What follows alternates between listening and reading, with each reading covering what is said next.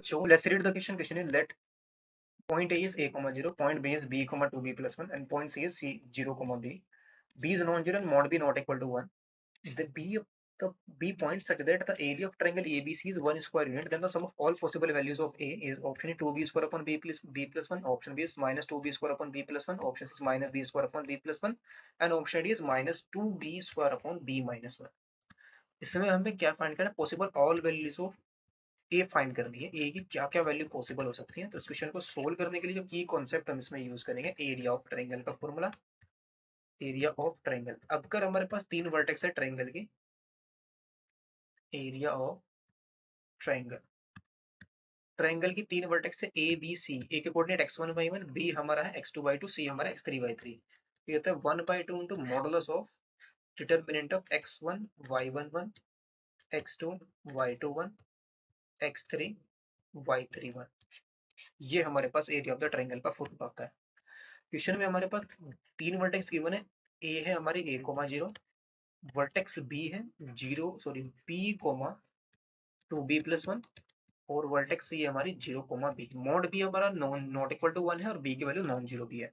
So area of triangle, area of triangle A B C, ये कितना given है? 1 square unit के equal given है।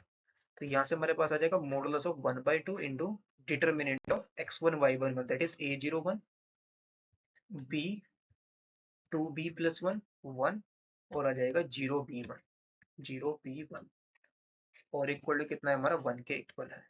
तो यहाँ से हम क्या लिख सकते हैं? 1/2 को राइट से मिलेगा, इसका मॉडुलस हटाएंगे तो कितना आ जाएगा? Determinant of a01 b2b+1 1 0b1 equal to आ जाएगा प्लस माइनस का 2। एक्सपेंड करेंगे इसको r1 के लोग, a इंटू में कितना आएगा?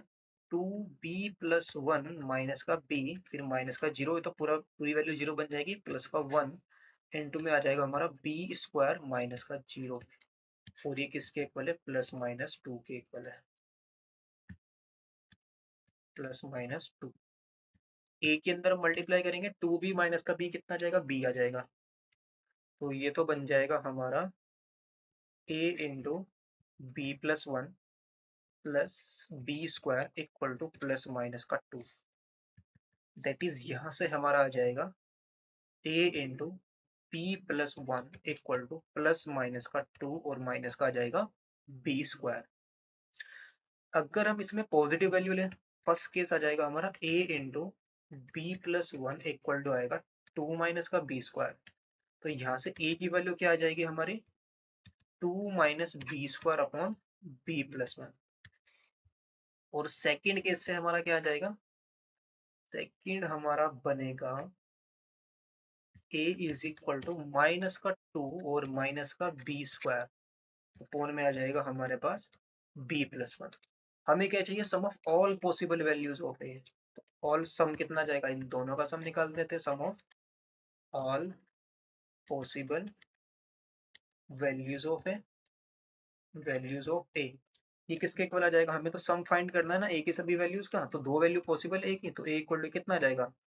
2 माइनस का बी स्क्वायर और माइनस का 2 माइनस का बी स्क्वायर अपॉन में b+1। एलसीएम ले लेंगे डायरेक्टली। ए इक्वल टू 2 से 2 कैंसिल आउट हो जाएगा, तो माइनस का कितना हो जाएगा? 2b square upon